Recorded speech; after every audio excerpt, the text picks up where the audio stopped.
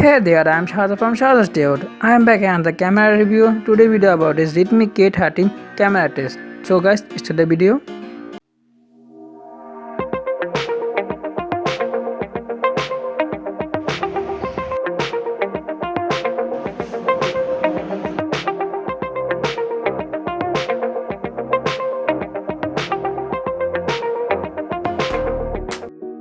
Redmi K30 quad camera phone. First one, 64 megapixel 1.9 aperture 26 mm wide.